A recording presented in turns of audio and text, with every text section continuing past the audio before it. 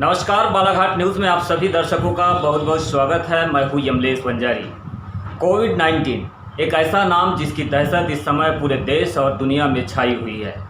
बालाघाट ज़िले में भी अनलॉक के फेजेस के बाद में कोरोना का संक्रमण लगातार बढ़ता जा रहा है। ऐसी स्थिति में क्या कुछ सहूलियतें होना चाहिए प्रशासन की ओर से और किस तरह के एहतियात के तौर पर कदम उठाया जाना चाहिए, इसी को लेकर हम आज खास चर्चा कर रहे हैं ऐसे डॉक्टर जो कि काफ़ी ज़िले में मशहूर है। अभी हमारे बीच मौजूद है डॉक्टर BM सरनाकर जो कि मेडिकल ऑफिसर है।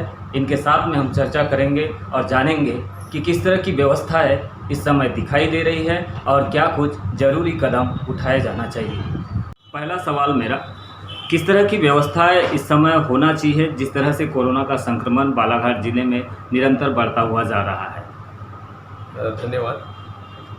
जिस प्रकार से हम पूरा विश्व आज कोरोना जैसी घातक बीमारी जो पैंडेमिक या महामारी का रूप ले चुकी है उससे हम ग्रसित हैं और कोई दिन प्रतिदिन हम सुनते आ रहे हैं कि कोई भी हमारा बंधु, कोई परिचित, कोई भी अच्छी सेलिब्रिटीज इसका शिकार होते जा रहे हैं। मैं सबसे पहले आपको ये बताना चाहूँगा कि कोरोना एक बीमारी है, घातक बीमारी है और पूरे विश्व में फैली हुई है।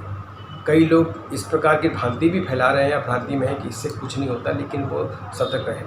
कोरोना जो वायरस है वो स्पेशली मरीज के लंग्स को इन्वॉल्व करता है और जब वो अपना असर दिखाता है तो उस समय दवाइयाँ सब फेल हो जाती हैं। आज प्रेजेंट स्थिति में इसके लिए कोई ऐसी वैक्सीन नहीं बनी है, कोई ऐसी दवा नहीं बनी है जो इसके प्रकोप को दूर कर सके या इस बीमारी को हटा सके। इसलिए मेरा संदेश सभी लोगों को ये है कि आप जो 3 फार्मूला है, सोशल डिस्टेंसिंग, मास्क और सैनिटाइजेशन से ही इसको आप कंट्रोल में कर सकते हैं। रियल रूप में कम्युनिटी स्पिरिट देखा जाने लगा है। अब लोगों को समझ में आने लगा है कि कोरोना का अफेक्शन कैसा होता है और जो लोग इसको समझ रहे हैं वो तो वंचित हो रहे हैं, पर जो लोग समझ नहीं रहे हैं वो लोग इससे ग्रसित हो रहे हैं। इसलिए ऐसे समय में सभी बालाघाट वासियों से मेरी एक अपील है कि आप अपने को बचा के चलें।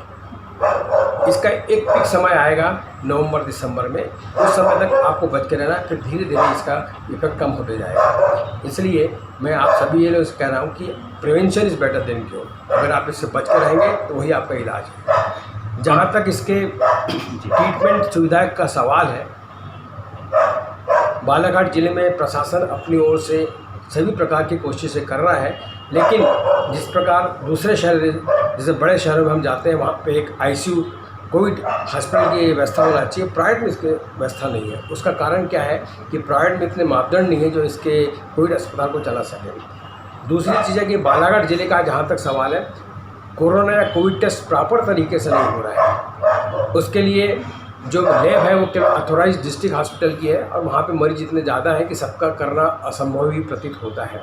इसलिए मेरी प्रशासन से और शासन से यह उम्मीद है कि ऐसे डॉक्टर जो MD पैथोलॉजी में हैं उनको ICMR के जरिए एक रजिस्ट्रेशन करवा के उनको परमिशन देना चाहिए ताकि अन्य लोगों का जो उसको करवाना चाहते हैं उसको करवा सकें। रैपिड टेस्ट का एक बड़ा इजी टेस्ट है और बहुत जल्दी आधे घंटे में इसकी रिपोर्ट मिल जाती है। उसकी अगर परमिशन मिल जाए तो काफ़ी लोगों का हम स्क्रीनिंग करके बता सकते हैं कि आपका रैपिड टेस्ट पॉजिटिव है या नेगेटिव है। तो क्या आपको लगता है प्राइवेट हॉस्पिटलों को भी इसकी अनुमति मिलना चाहिए रैपिड टेस्टिंग की? ऐसे अस्पताल जो NABH से एग्रीगेटेड है या जिनको मतलब गवर्नमेंट ICMR की परमिशन देती तो उनको इससे संलग्न करना चाहिए। इससे काफ़ी लोगों को इसकी राहत मिलेगी। प्रधानमंत्री जी ने एक फार्मूला दिया है टेस्टिंग, ट्रेसिंग, ट्रीटमेंट और सर्विलांस। इस फार्मूले को आप किस रूप में देखते हैं और इस फार्मूले के आधार पर किस तरह का काम होना चाहिए? क्योंकि फार्मूला तो स्लोगन के तौर पर भी दिया जा सकता है या फार्मूला और भी कई प्रकार से दिया जा सकता है। मूल मंत्र हम इसको मान सकते हैं, लेकिन जब तक इसका हकीकत धरातल पे इसका काम न हो तो इस फार्मूले का क्या महत्व रह जाता है? अगर इस फार्मूले को हमको औचित्य में लाना है, बालाघाट ज़िले में हो या देश में हो, आज की जो स्थिति है उसको देखते हुए, तो इसको किस तरह से लागू करने की ज़रूरत आपको समझ में आती है? माननीय प्रधानमंत्री जी ने जो चीज़ बताई है बिल्कुल सही बताई है और मेडिसिन का कॉन्सेप्ट ही है कि किस प्रकार से मरीज को पहले देखा जाता है, उसकी जांच की जाती है, स्क्रीनिंग की जाती है, किस प्रकार से बीमारी को पकड़ा जाता है और बाद में इसके बाद में उसका किस प्रकार से निरीक्षण किया जाता है, इसको सर्विलेंस किया जाता है। तो वही एकमात्र अभी उपाय है।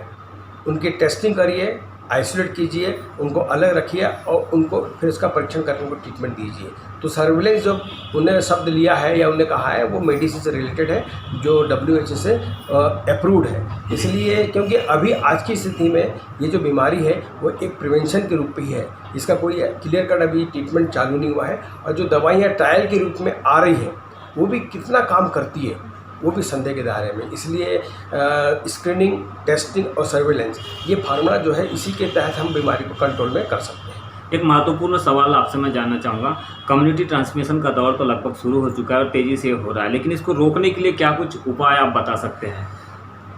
कम्युनिटी ट्रांसमिशन को अगर रोकना है तो उसका एकमात्र उपाय है आपका डिस्टेंसिंग का मेंटेन करना, मास्क को पहनना और अपने आप को सैनिटाइज रखना, लोगों से दूर रहना। क्योंकि अगर आप लोगों से दूर रहेंगे, घर से बाहर निकलेंगे तो चैन जो बनती है 1 से बढ़ के 16, 16 से बढ़ के 32 वाली चैन को आप कैंसिल कर सकते हैं। इसलिए अगर आप मार्केट में न जाएं, अलग रहें, घर में रहें, स्पेशली अक्टूबर नवंबर ये 2 महीने अगर आपने इसको फॉलो कर लिया तो हमारा जो हिंदुस्तान है उसको काफ़ी कंट्रोल करने में सहायता महसूस करेगा। लेकिन हमने ये भी तो देखा है कि पूरे देश की अर्थव्यवस्था को रोका गया, उसके बावजूद में भी पूरे देश की यातायात सेवाएं से लेकर तमाम प्रकार की जो सेवाएं थी, सारी चीज़ों को रोकने के बावजूद भी कोविड-19 का असर बना हुआ है और आज अनलॉक के फेजेस शुरू होने के बाद में ये और ज़्यादा तेज़ी से बढ़ रहा है। बिल्कुल सही, बिल्कुल सही। क्या कारण मानते हैं आप? बिल्कुल सही सवाल आपने पूछा है कि भाई अब हम लॉकडाउन नहीं कर सकते, प्रशासन का कहना है। जो नेता लोग से पूछते हैं कि साहब अब लॉकडाउन की ज़रूरत है, तो उन्होंने कहा कि हमने करके देख लिया, इससे इकोनॉमी बहुत गिर रही है। बिल्कुल सही बात है। उसका कारण यह है कि जितने भी देश जहाँ पे कोरोना फैला हुआ है वहाँ की जनसंख्या 35 करोड़, 40 करोड़, 50 करोड़ से ज़्यादा नहीं है। हिंदुस्तान एक ऐसा मुल्क है जिसकी जनसंख्या 135 करोड़ है। बिल्कुल।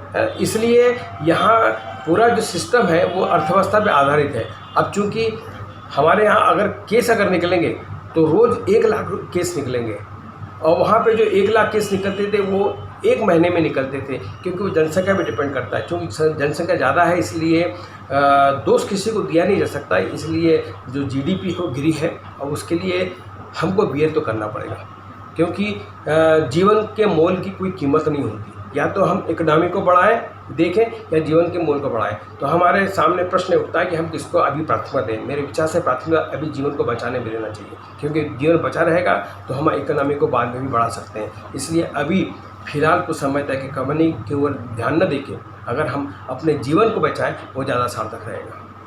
तो कोविड-19 के जरूरी और संवेदनशील मुद्दे पर आप सुन रहे थे डॉक्टर BM शरणागत जी को, जिनका कहना है कि जान है तो जहान है। भारत में आज जो भी स्थिति हुई है लॉकडाउन के बाद में, इकोनॉमिक स्तर जो नीचे गया है, अगर हम उसको देखें या फिर अपने स्वास्थ्य को देखें तो उसका मूल मंत्र ही निकलता है कि हमें सबसे पहले अपने जान को यानी कि अपनी सेहत को ध्यान में रखना होगा। GDP बाद में भी रिकवर की जा सकती है। ये कहना था डॉक्टर BM शरणागत जी का। इन्होंने ज़िले के लोगों के लिए एक संदेश दिया है कि जान है तो जहान है, यानी कि आपको अपनी जान की परवाह करना है। तो कोविड-19 से बचने के लिए सोशल डिस्टेंसिंग, मास्क, सैनिटाइजेशन और जो भी गाइडलाइंस गवर्नमेंट की ओर से जारी की गई है, इसका कम्प्लीटली और थारोली पालन करना होगा। आप देख रहे थे बालाघाट न्यूज़।